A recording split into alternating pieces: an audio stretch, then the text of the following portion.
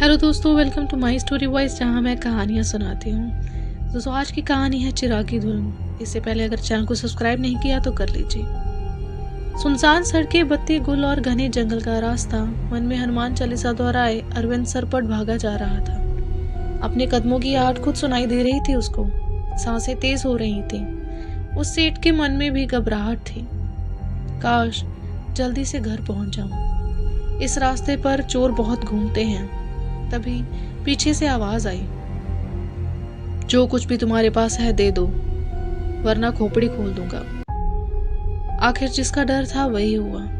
ये गली थी ही बदनाम चोरों के लिए। अरविंद ने सारे पैसे दे दिए। बोले, अब तो जाने दो। अब तो तूने मुझे देख लिया है। तुझे मारने में ही मेरी भलाई है, चोर बोला। अरविंद बोला, रुको, मैं तुम्हें कुछ ऐसा दे सकता हूँ जिससे तुम्हारी जिंदगी बदल जाएगी। चोरी करने की जरूरत नहीं पड़ेगी और तुम इज्जत की जिंदगी जी पाओगे। पर तुम्हें मुझे वादा करना होगा, तुम मुझे मारोगे नहीं। चोर बोला, ठीक है। अरविंद ने उसे एक बक्सा दिया जिसमें एक चिराग था।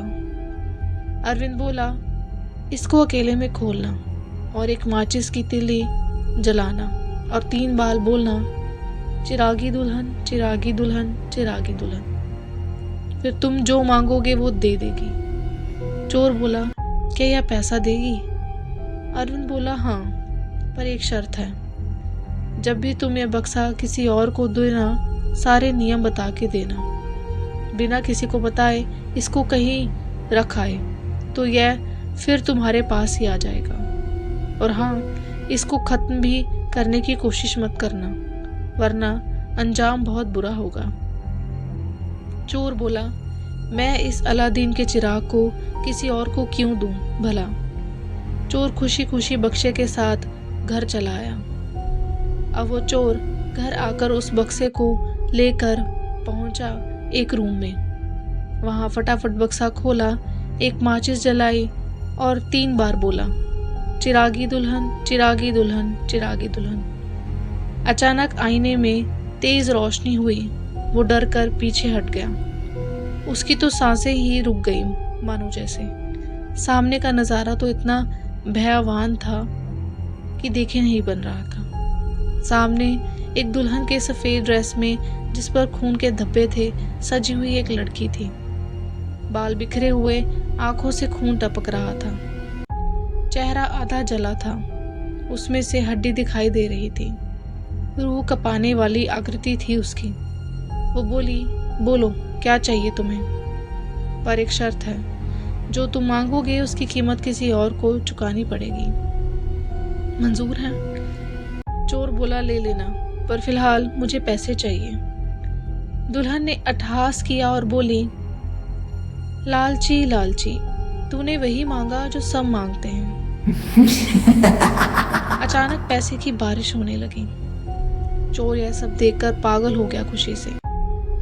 चोर ने पूछा, पर तुम इतने पैसे लाई कहां से?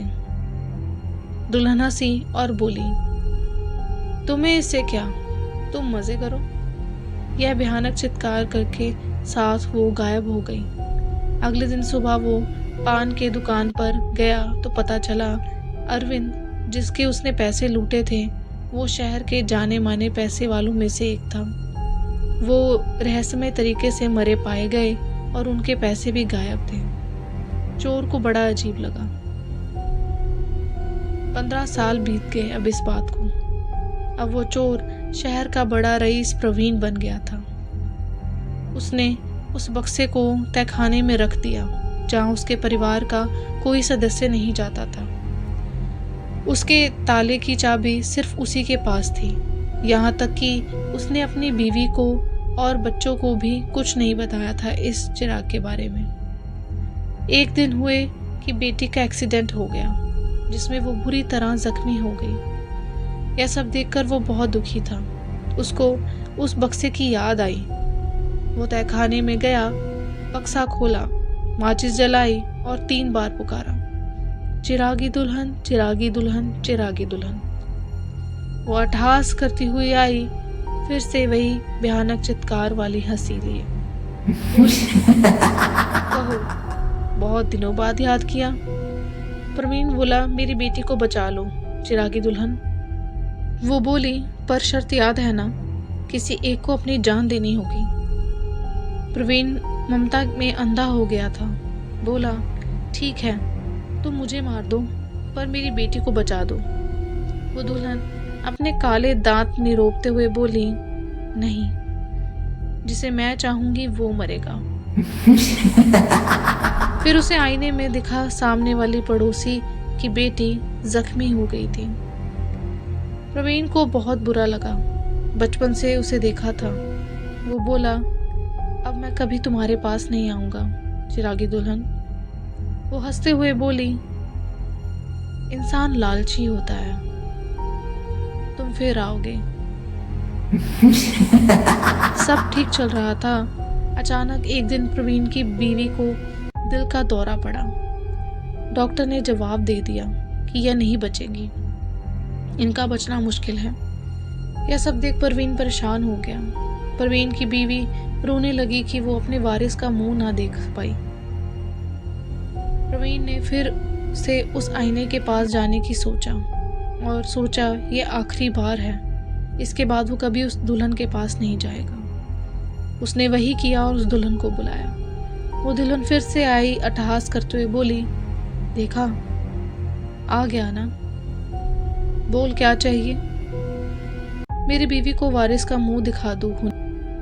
प्रवीण गिड़गिड़ाने लगा, पर शर्त याद है ना, चिरागी दुल्हन बोली। वो बोला, हाँ याद है। वो दुल्हन जोर से हंसी। अचानक शीशे में सेठ को अपनी बेटी की लाश दिखाई दी। ये सब देखकर वो जोर जोर से रोने लगा। दुल्हन बोली, क्यों, इस बार दुख कुछ ज्यादा हुआ क्योंकि अपना बेटा मरा ना। वो बक्सा उठा के फेंकने ही वाला था कि आवाज आई, खबरदार, ऐसा करना भी मत, सारा परिवार तबाह हो जाएगा तुम्हारा।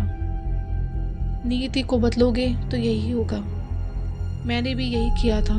मेरे हाथ में शादी का सुख नहीं था, पर मैंने किया। 2 दिन बाद ही मेरे पति मर गए और ससुराल वालों ने मुझे भी जिंदा जला के मार दिया। तब से यह चिराग ही मेरा घर है और मैं सबको बताती हूँ, नियति को मत छोड़ो, उसे बदलने की कोशिश मत कर। यह सब सुन प्रवीण रोने लगा। कहा, मैंने अपनी वारिस से उसके पिता का साया छीन लिया। चिरागी दुल्हन बोली, यह बक्सा ऐसा ही है, जो लेता है अंत में पछताता है। प्रवीण ने बेटे का अंतिम संस्कार किया और उस बक्से को लेकर चल दिया उसी गली में जो चोरों के लिए बदनाम थी।